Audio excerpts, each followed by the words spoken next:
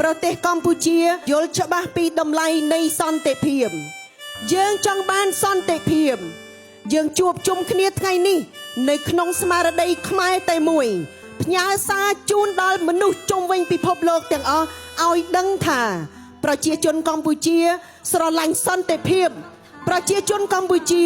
ត្រូវការសន្តិភាពយើងជាកូនខ្មែររួមគ្នាថែមរតកដូនតាជាតិយើងថ្លៃថ្លាដោយសារយើងចេះសាមគ្គីគ្នាអ្វីដែលសំខាន់គឺការរួបរวมខ្មែររួបរวมខ្មែរខ្លាំងខ្មែររួបរวมយើងនឹងឈ្នះនៅអ្វីសពបែបយ៉ាងទាំងអស់ហើយសន្តិភាពនៅតែជារបស់យើងជាខ្មែរ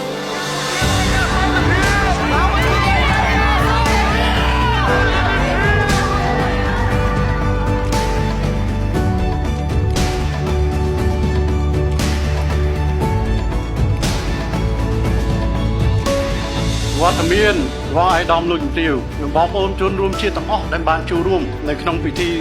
ដំណើរស្មើជើងដើម្បីសន្តិភាពនេះ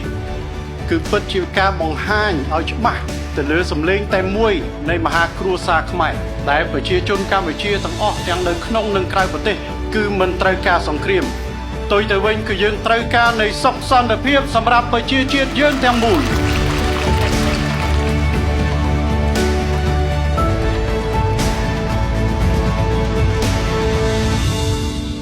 ជីវិតជូនជាតិធាតុជូនអ្នកម្ដាយ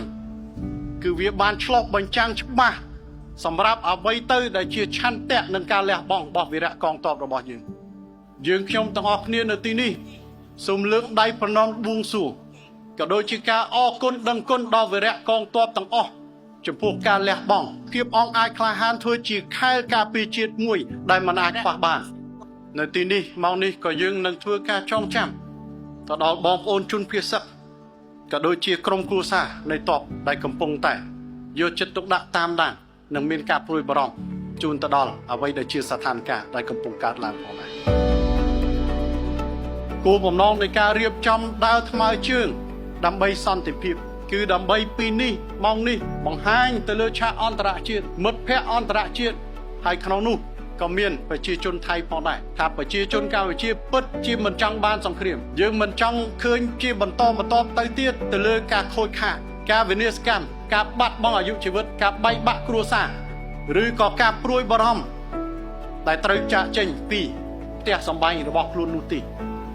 ទុយទៅវិញអ្វីដែលយើងចង់បានគឺសុខសន្តិភាពការផ្សះផ្សាហើយធ្វើយ៉ាងណាអាចប្រជាពលរដ្ឋដែលបានចាកចេញពីផ្ទះសម្បែងរបស់ខ្លួនអាចវិលត្រឡប់ទៅផ្ទះសម្បែងរបស់ខ្លួនហើយកូនក្មួយដែលត្រូវការរៀនសូត្រក៏អាចនឹងវិលត្រឡប់ទៅការរៀនសូត្រដូចគ្នាដែរ